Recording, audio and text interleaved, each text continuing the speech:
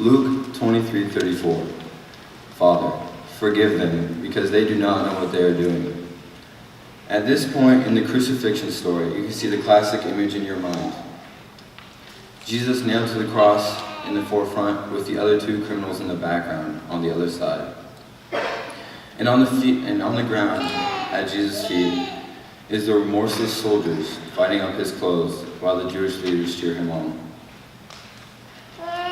Around sophomore year, I realized that Jesus was talking to me when he said, "They do not know what they are doing." God led me to understand that even though I went to church in OF every week, I wasn't the person Jesus would want me to be.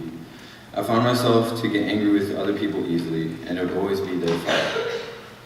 I would mess up in front of class or during practice, and my friends would make harmless comments, and I would be upset with them for the rest of the day.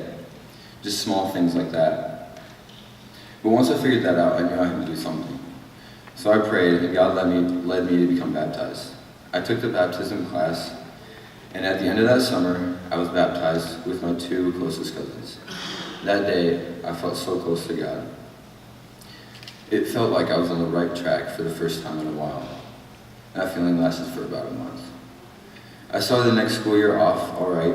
Seeing my friends and teachers again was refreshing. But then I started to lose touch with God again.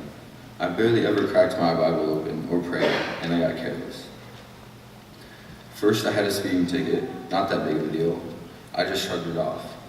But a few weeks later, coming home from a volleyball game, I rolled my car 3 times. In the span of about 3 seconds, I lost focus and was on autopilot. Thankfully, I was okay, but my car was completely totaled. I sat there on the side of the road and bowed my mom with my bloodied, shaking fingers. When she answered, the first thing I said was, "Mom, I think I really messed up this time."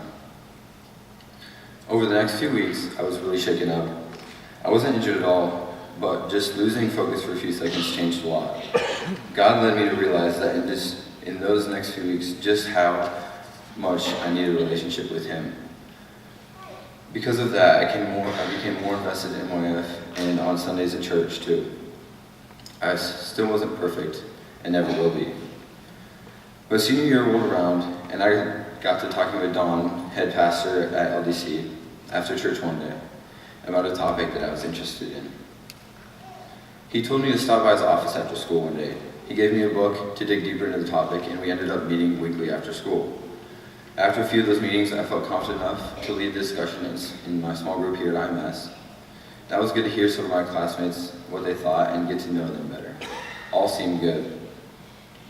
But then life became busy, as it does, and basketball started taking up most of my time and energy.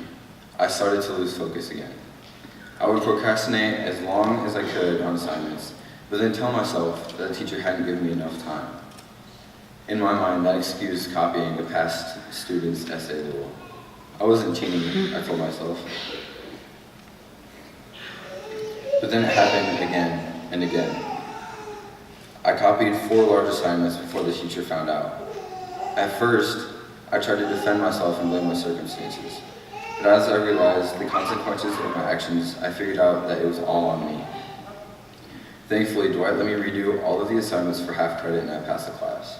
But once again, God showed me how quickly everything can fall apart when I focus on the only thing that will matter in the end, a relationship with our Lord and Savior, Jesus Christ.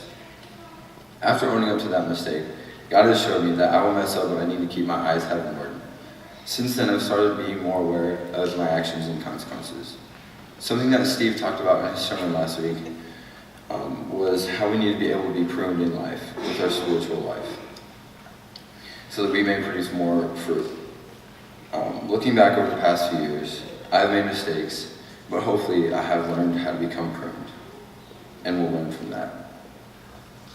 Luke 23:34. Father, forgive them, for they do not know